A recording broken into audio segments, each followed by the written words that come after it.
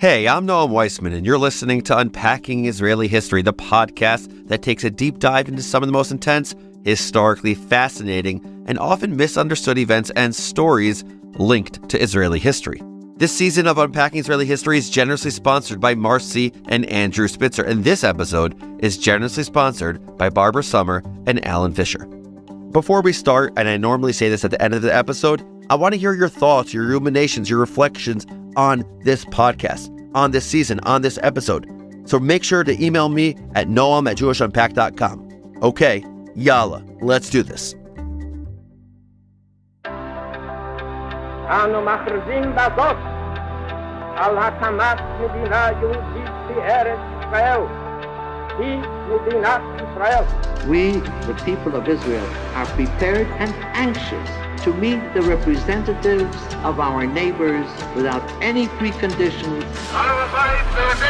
There are people in Israel and elsewhere say it's impossible to make peace between the Arabs and Israel or the Jewish people. I think they are wrong. Back in the day when I was young and hip, I sometimes went to parties. Now, I know what you're thinking. No, you're still young and hip. Oh, not what you were thinking. Weird. Anyway, my favorite thing to do at said parties was to find a fellow history nerd and get into a deep discussion. Because history nerds are always up to debate the questions that I care about. Like, what if Israel hadn't won in 1948? Or how should we grapple with Jewish power? Or what's the relationship between history and myth? Side note, it's weird no one invites me to parties anymore. But don't feel bad for me. I took matters into my own hands and started a podcast where I could sit and talk about these things to my heart's content. And as Israel approaches its 75th birthday, that's when this is being recorded, I've been thinking a lot about how we got here, about all the people who dedicated their lives to a country that didn't yet exist, who died before 1948 for the sake of an idea, for the faintest glimmer of hope that someday the Jewish people would rebuild their ancestral homeland. But though these people never got to be Israeli, all of them helped to create the Israeli identity. Because an identity, like a state, doesn't just emerge fully formed like Athena from Zeus's forehead. Shout out to my Greek mythology nerds. You're my second favorite people to talk to at parties. Anyway, Israeli identity, like Israel itself, was constructed piece by piece well before 1948. Before the struggle with the British, before the Arab-Israeli conflict, there was already an active Zionist community in the Holy Land, people working to create a state they'd never see. Today, I share their stories with you in 3 incredible chapters. We'll start with the prologue. Prologue, the lamps are out in Europe. There are a lot of cool things about being Jewish, like the fact that we still exist, despite history's many attempts to erase us, or the fact that we popularized both monotheism and matzah balls, and sabich and malawach. What was I saying? Oh yeah, for all the great things about Judaism, you gotta admit, it's tough to be a tiny, stateless minority during a world war.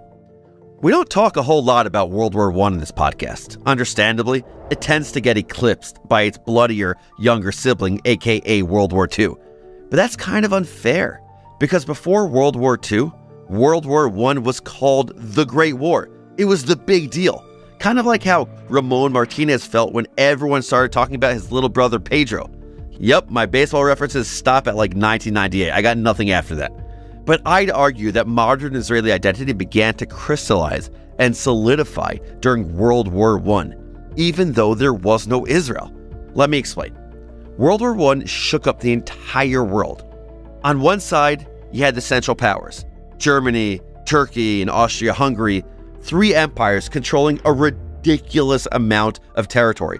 On the other side were the Entente powers, aka the Allies. And yes, it's confusing that they were called the same thing during World War I and World War II, even though the countries don't all line up.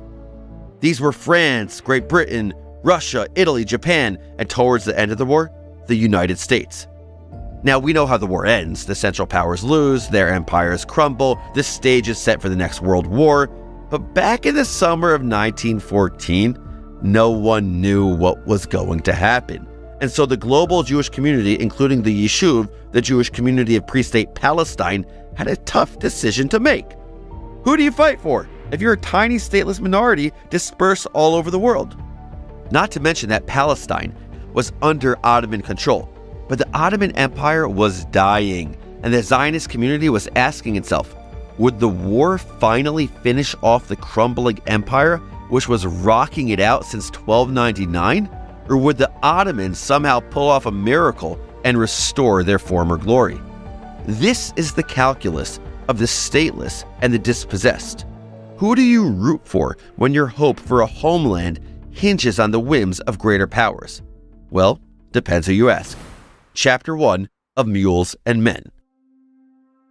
Vladimir Ze'ev Jabotinsky was a man of strong opinions. I mean, of course, the man founded revisionism, a muscular Zionism that advocated for the creation of a Jewish homeland on both sides of the Jordan. His youth movement, Beitar, continues to empower young Jews all over the world, and he inspired some of Israel's most legendary figures, like future Israeli Prime Minister Menachem Begin. So it should surprise no one that Jabotinsky's strong opinions also extended to who the Yishuv should back during World War I. Spoiler, it was not the Ottomans. In fact, Jabotinsky strongly believed that the Yishuv had to liberate Eretz Israel from Turkish rule as a Jewish military unit. That's right, Jabotinsky didn't just support the British. He wanted to fight with them, but not everyone agreed with his assessment that backing the British was the only way to go. Future Prime Minister David Ben-Gurion, another man with strong opinions, was all in on the Ottomans. As a law student in Constantinople, now Istanbul, Ben-Gurion's goal was simple: mobilize all the Jews in the Ottoman Empire into a unified bloc with a voice in the Turkish parliament, then use that voice to campaign for a Jewish home in Palestine. So when young Ben-Gurion came home to Palestine during the summer break of 1914, he did so with the intention of raising a Jewish militia to fight in support of the Ottomans. Best of all, he arrived in Palestine decked out in a Turkish-style suit, complete with a fez and a luxuriant mustache, as though to profess his loyalty to the Ottomans. Now, I don't know if Jabotinsky was the kind of guy who would say, "Told you so," but honestly, he would have been justified, because as soon as they entered the war in October of 1914, the Ottomans started acting like jerks. And by the Ottomans, I really mean one Ottoman leader in particular, Jamal Pasha, commander of the 4th Army and 1/3 of the so-called triumvirate that jointly led the Ottoman Empire during World War I. Now, I'm sure Pasha's family liked him, and maybe he was really kind to his mom, but if there's one thing that Arab nationalists, Zionists, and Armenians can agree on, it's that the guy was a real piece of work. Because Pasha really disliked challenges, real or imagined, to Ottoman authority. And as one of the most powerful men in the Ottoman government, he had the ability to do something about it. Like executing so many nationalist Arab leaders that his nickname in Damascus was Al-Safa, the bloodshedder, or heavily persecuting the Armenian people if not actively participating in the genocide. So it shouldn't surprise that he was no friend to the Zionists either. Not even ones who wanted to be friends with him, like Ben-Gurion. Pasha disbanded Ben-Gurion's Ottoman-allied Jewish Defense Organization, shut down the Zionist newspaper, and declared that every Zionist was an enemy of Turkey and deserving of death. By early 1915, 18,000 Jews were either expelled or fled to Egypt to escape Pasha and the Ottomans' constant persecution. He also scattered prominent Zionist leaders, including Ben-Gurion, among different cities in what is today Turkey. I guess he thought he was ridding Palestine of undesirable nationalists, cutting the Zionist movement off at the head. But that was a huge mistake. Turns out when you kick 18,000 people out of their homes, they're probably not gonna like it.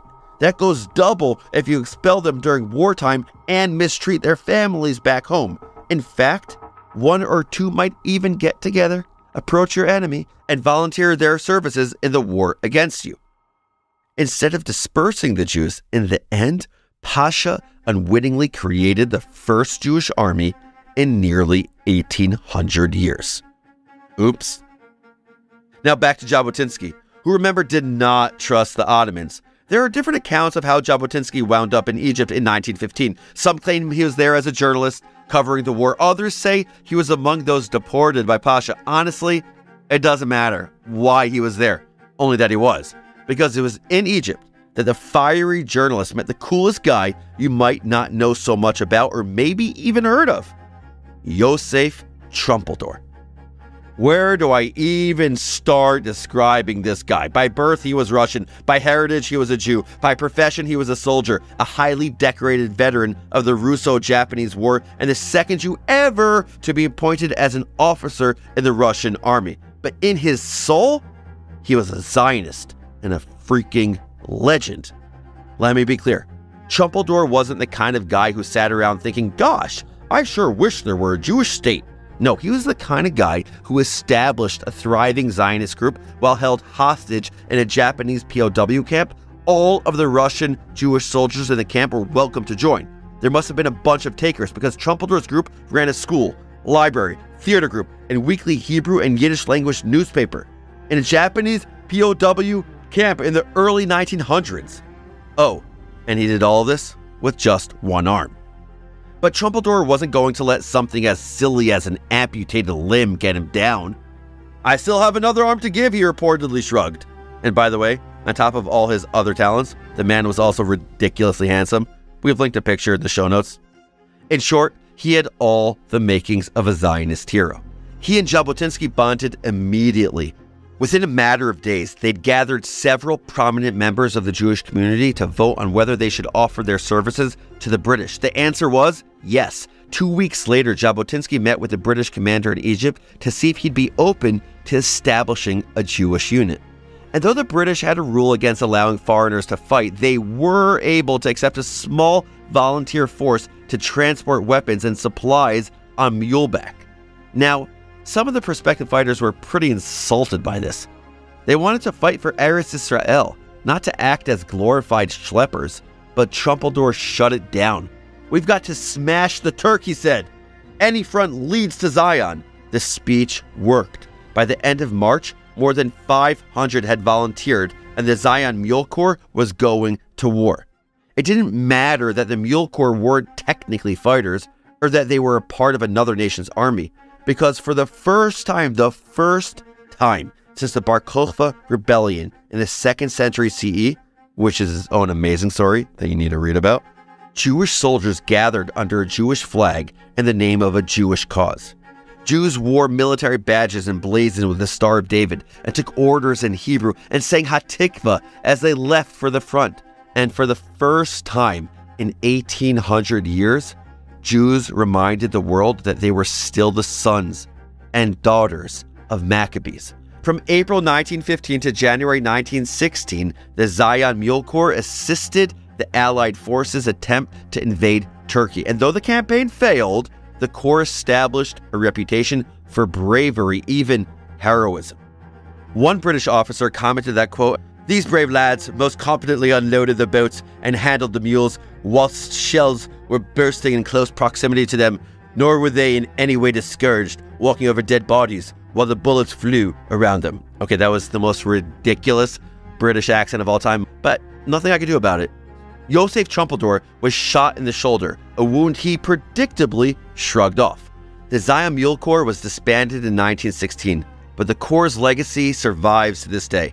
Because amid bullets and explosions and the braying of mules, Jewish soldiers proved to the world and themselves that they'd face death 1,000 times over if it got them 1 inch closer to a homeland, to self-determination. It was the same spirit that would animate the Jewish Legion, the Haganah, the Irgun, the IDF, the Mossad. The first seedlings of an Israeli identity had begun to take root. Pioneering was happening. Chapter 2, The Hill of Life. Now, you'd think that once World War I ended in 1918, everything would be hunky-dory. The entire world just fought a war. What else could they possibly have to fight about? Well, it turns out, quite a bit. As you might remember from our episode on Sykes-Picot, link in the show notes, Britain and France spent the first part of the war scheming about what they'd do with all the territory they'd gain once they vanquished the Ottoman Empire. I know, chutzpah. But Britain and France were powerful empires, so they secretly divided up Ottoman land between themselves, shook hands, and called it a day. Thing is, Britain was two-timing France. or maybe 3 timing, because they were also making promises to the Zionists and to local Arab leaders, promising them land for future independent states. Britain, you're a mess. Now, to be clear, Britain wasn't making promises out of the goodness of their hearts. They needed help to fight the Ottomans, and they knew just what to dangle in front of the Zionists and Arab nationalists who fought on their side. But then the war ended, and so France and the Arab nationalists came to collect. And they were not joking around, because in late 1918, an Arab leader named Faisal bin al-Hussein bin Ali al-Hashemi declared himself king of Syria, which just so happened to be territory that, according to the Sykes-Picot Agreement, now belonged to France. Britain, recognizing that it had done goofed, ceded the territory to France in 1919 and set up Faisal with a kingdom in Iraq instead. Check out our Farhud episode for more on that. So let's take stock. World War I is over. France has taken over Syria. Lebanon and parts of what is today northern Israel and local Arabs are pretty ticked off about it. Caught in the middle are a few small Jewish communities who are incredibly annoyed to be under French control. See, the Yishuv ultimately wanted self-determination, but they were also practical. They knew that the British were far more sympathetic to the Zionist cause than the French. The more land the French controlled, the less land the Zionists would get for their eventual state. Simple, right? The Yishuv debated furiously about what to do with the communities that had now fallen under French control. Did they just leave under the assumption that they get kicked out eventually? Or did they hang on and refuse to go down without a fight? I bet you can guess the answer. Among these Jewish communities was a tiny kibbutz called Tel Chai. In Hebrew, the name translates to the Hill of Life, a convenient Hebraization of the settlement's Arab name, Talha. Now, despite the fact that they didn't love the French, the people of Tel Chai did their best to stay neutral. But because many of them were European immigrants, local Arabs ironically suspected them of collaborating with France. And here's the thing you have to understand. The region was basically a Wild West. Chaos, banditry, raids, and skirmishes were common. As the neighborhood grew increasingly dangerous, local Jewish settlements organized a defense. And they brought in the best in the biz. That's right, one-armed war hero, Yosef Trumpeldor. And by March 1920, a team of Trumpeldor's friends, mostly fellow Jewish World War I vets, had joined him at Tel Chai, ready to defend it. Among them was Devorah Dreckler, who had emigrated to Palestine in 1913 and began making waves almost immediately, demanding to be part of the self-defense organization of the Yishuv. And while the defense organizations weren't super inclined to include women, the truth was they needed all the help they could get. Eventually, Devorah wore them down. They sent her to Tel Chai just in time for its final showdown. No one is 100% certain how the battle started, but we know this. On March 1st, 1920, between 100 to 200 Arabs under the command of local Bedouin leader Kamal al-Hussein massed outside of Tel Chai's gates, convinced the kibbutz was hiding French soldiers. This wasn't a totally ludicrous claim. Remember, the Jewish communities in the Galilee were doing their best to stay neutral. If Arab or French soldiers knocked on their doors looking for shelter, the kibbutz did generally agree. There were no French soldiers in the kibbutz that day, so the community let the Arabs in to search the courtyard. But the Jews of Tel Chai knew things could turn messy in an instant. The yard was tense, and every person was armed. Trumpeldor was away visiting a neighboring kibbutz, but soon after he arrived, everything fell apart. No one knows who shot first. Some accounts tell you that the Arabs turned their guns on Tel Chai's Jewish residents. Others say the first shot was simply a misunderstanding. Either way, Tel Chai didn't stand a chance against the Arab raiders who were carrying both guns and grenades. By some accounts, Kamal al-Hussein tried to end the fighting, but it was too late. 8 of Tel Chai's defenders were killed, including Devorah Dreckler, who had fought so hard to defend her home. Trumpeldor took 2 bullets, one to the arm, the other to the stomach. By the time he was evacuated to a nearby kibbutz with better medical facilities, it was too late. The hero of the Russo-Japanese War, organizer of a Zionist group in a Japanese POW camp, leader of the Zion Mule Corps, and a defender of Tel Chai, was dead. But here's the part I want to focus on.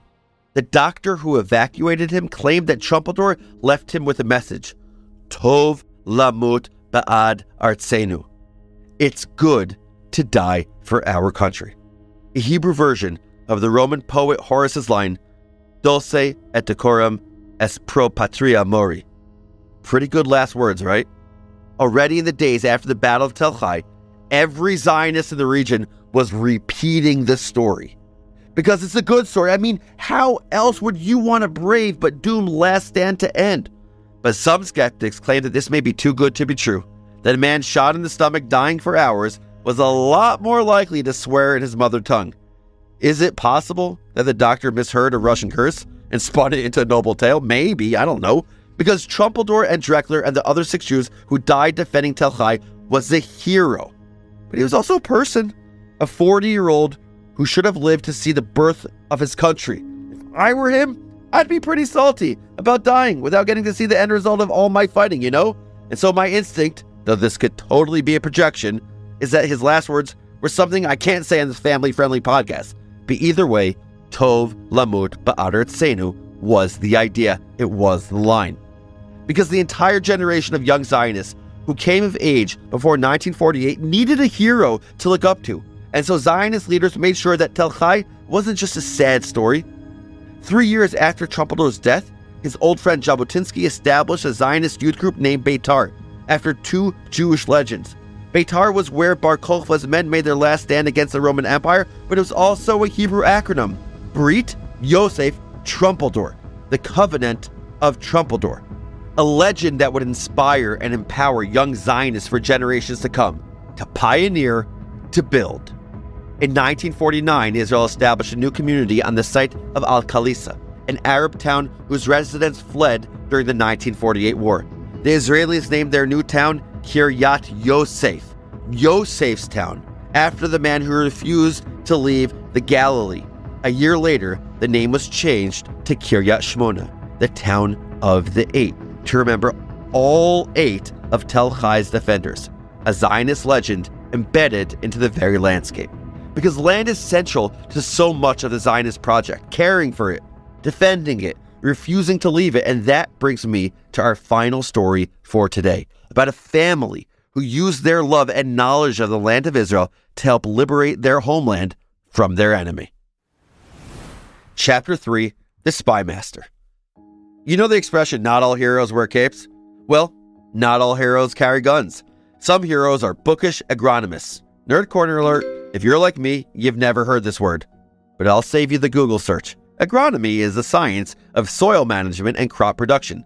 Seriously, I rock at parties. Aaron Aronson, yes, that was his real name, loved 2 things. The first was the natural world. The second was the land of Israel.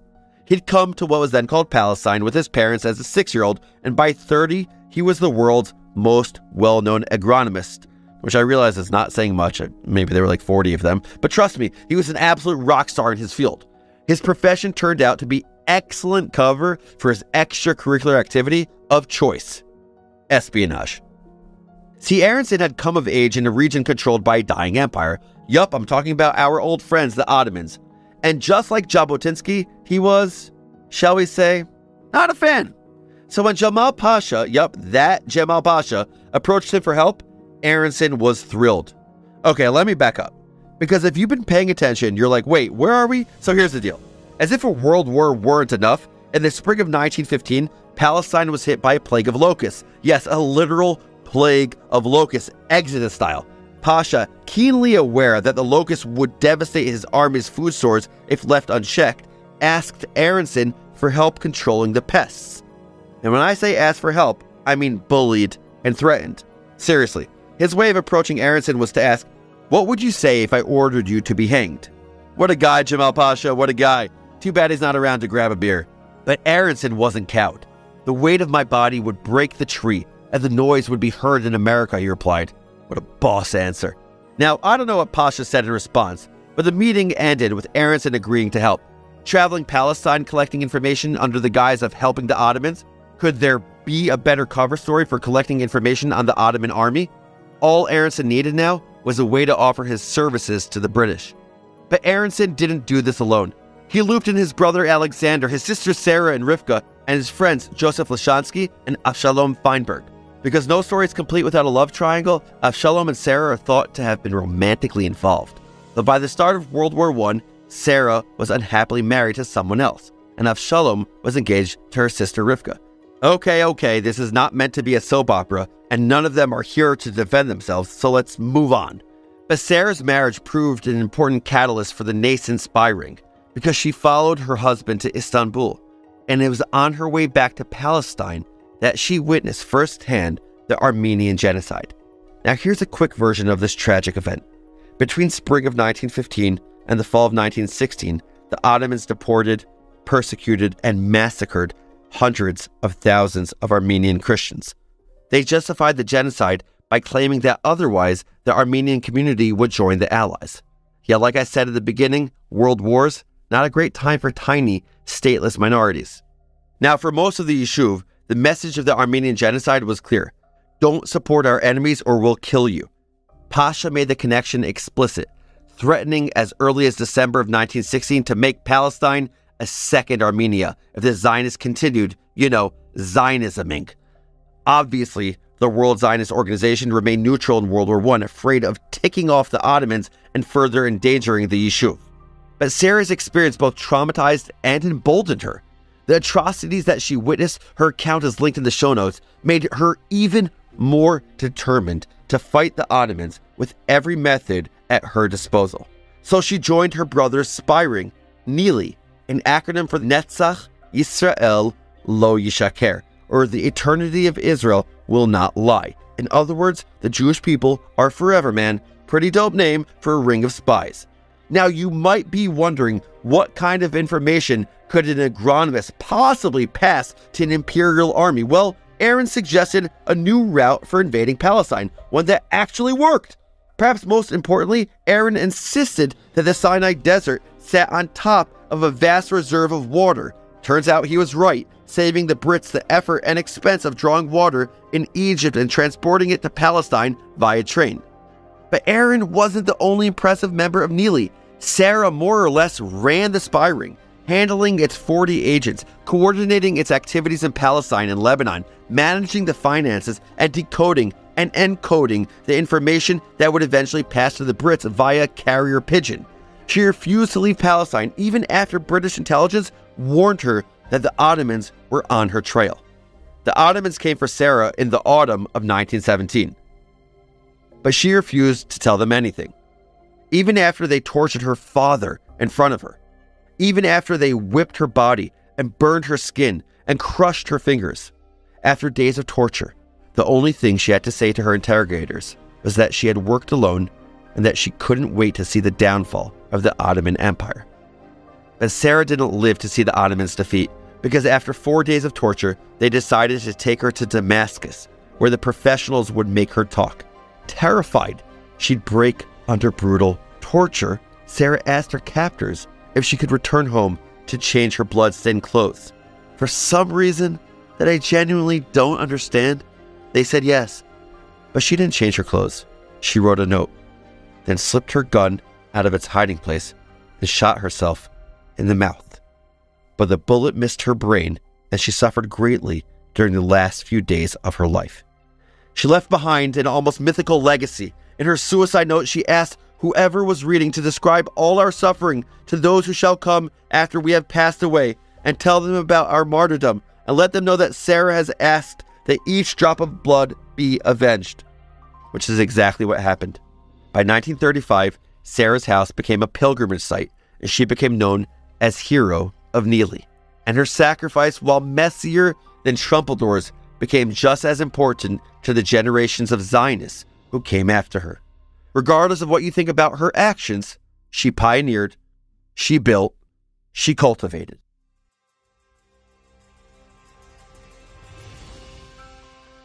So those are your 3 stories about pre-state Zionism, and here are your 5 fast facts. Number 1. For the first few decades of the 20th century, Zionist activists and fighters were working to create a homeland they'd never see. Among these figures are Vladimir Jabotinsky, Yosef Trumpeldor, and Sarah Aronson. Though none lived to see the birth of Israel, all are credited with shaping Israeli identity. Number 2. World War I forced the Jewish community of pre-state Palestine to figure out its loyalties. Should they back the Ottomans who controlled Palestine, or the Allies in hopes that Allied forces would be sympathetic to the Zionist cause? Jabotinsky, Trumpeldor, and Aronson were loyal to the Allies from the start, while others, including the WZO and David Ben-Gurion, were wary of ticking off the Ottomans. Number 3, the Ottomans' actions during World War I lost them any loyalty they might have commanded from Palestine's Jews. Commander Jamal Pasha was a particular enemy, deporting 18,000 Jews from Palestine in hopes of destroying the Zionist cause. Ironically, some of these exiled Jews, led by Trumpeldor and Jabotinsky, banded together and built up the first Jewish army in nearly 1800 years. Number 4, after World War I, Trumpeldor continued his military career, this time as the leader of a defense league. He died defending the Jewish community of Tel Chai in March of 1920.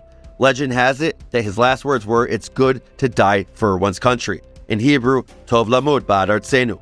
Though it may not be true, these dying words became a bedrock of early Zionist myth-making. And number 5, meanwhile, Sarah Aronson, horrified and disgusted by the Ottomans' genocide of the Armenians, formed Aspiring, loyal to the British. She was caught by the Ottomans but did not break under torture, committing suicide so that she would not betray the cause. Her sacrifice cemented her as one of Israel's early heroes. Those are the facts, but here's one enduring lesson as I see it. Whenever I'm giving a talk about Israel education for young people, I'd like to share this stat. According to a Forbes article from 2013, less than 1/3 of family businesses survive the transition from first to second generation ownership. Another 50% don't survive the transition from second to third generation. This is what is known as the 3-generation rule. Now, it might not be fully accurate, this stuff isn't exact science, but I think there's a really important pedagogical lesson to consider from this metaphor. The 3-generation rule works like this. The first generation is the group of pioneers. They're not deterred by the swamps, the desert, malaria, unfriendly neighbors, drought, the plagues of locusts. They have a dream, and they're going to forge ahead. Their kids, the second generation, are builders or appreciators. They saw what their parents went through firsthand. They appreciate it. They have a tangible connection to that sacrifice, and they cultivate, they develop, they build on top of the foundation that their parents laid. The third generation is a generation that inherits. They can't imagine a country without sprawling cities, delicious food, technology, huge stadiums, all the good stuff. What a fortunate world to inherit. What a blessing. But there's a flip side to being the inheritor. Because when we're given something, when it just falls into our lap without us having to build it or pioneer it, we appreciate it significantly less. So how do we take advantage of the blessing of inheriting this strange, wonderful, complex, fractured country while still appreciating the miraculous fact that it exists? And I think I've come up with part of an answer. I think it's education. Because we can't even begin to appreciate what that first generation did without knowing about it. And that's why I tell you about Trumpeldor giving his all to his homeland. That's why I tell you about Aaron Aronson's savage response to his Ottoman overlords. And I want to be clear, telling you this doesn't mean I agree with everything these people did. It doesn't even mean that I or you should believe all the larger-than-life stories about them in a literal way. But it does help us shape our mindset. It does help us understand what is really at stake. Think about this.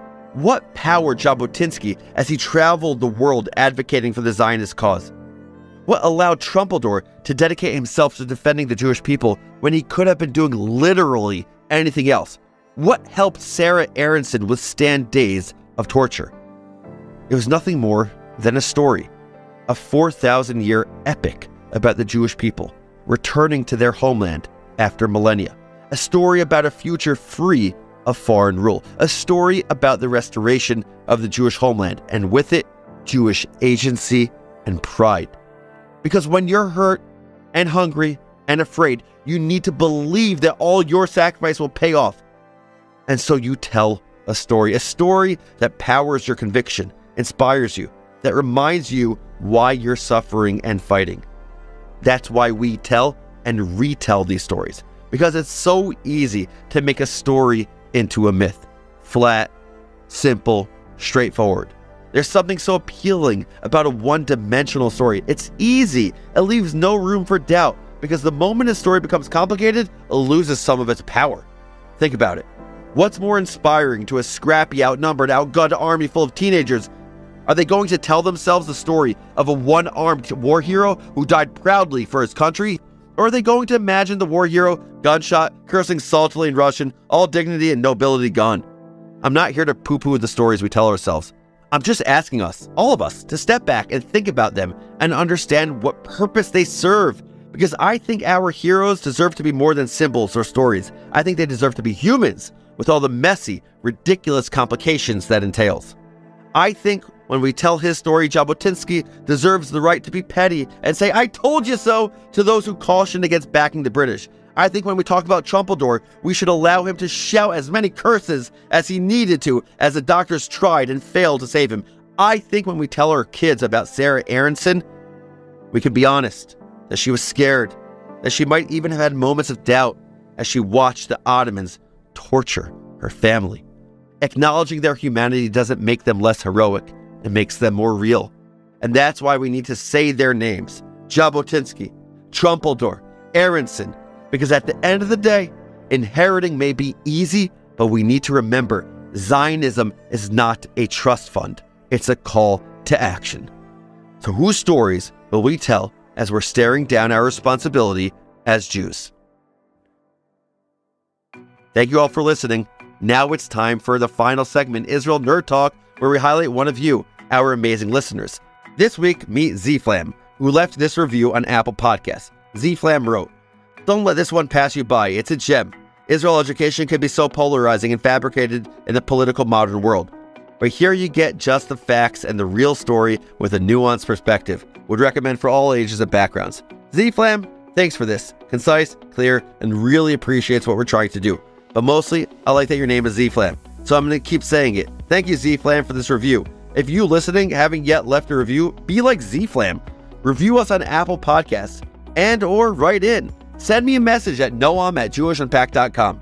Unpacking Israeli History is a production of Unpacked, a division of Open Door Media. Check out jewishunpacked.com for everything Unpacked related and subscribe to our other podcasts. Check out our massive YouTube channel, Unpacked, and all the social media places. Just look for @JewishUnpacked. And of course, write to me at noam@jewishunpacked.com. Your email might even get on the show. This episode was produced by Rifki Stern. Our team for this episode includes Adi Elbaz and Rob Pera. I'm your host, Noam Weissman. Thanks for listening. See you next week.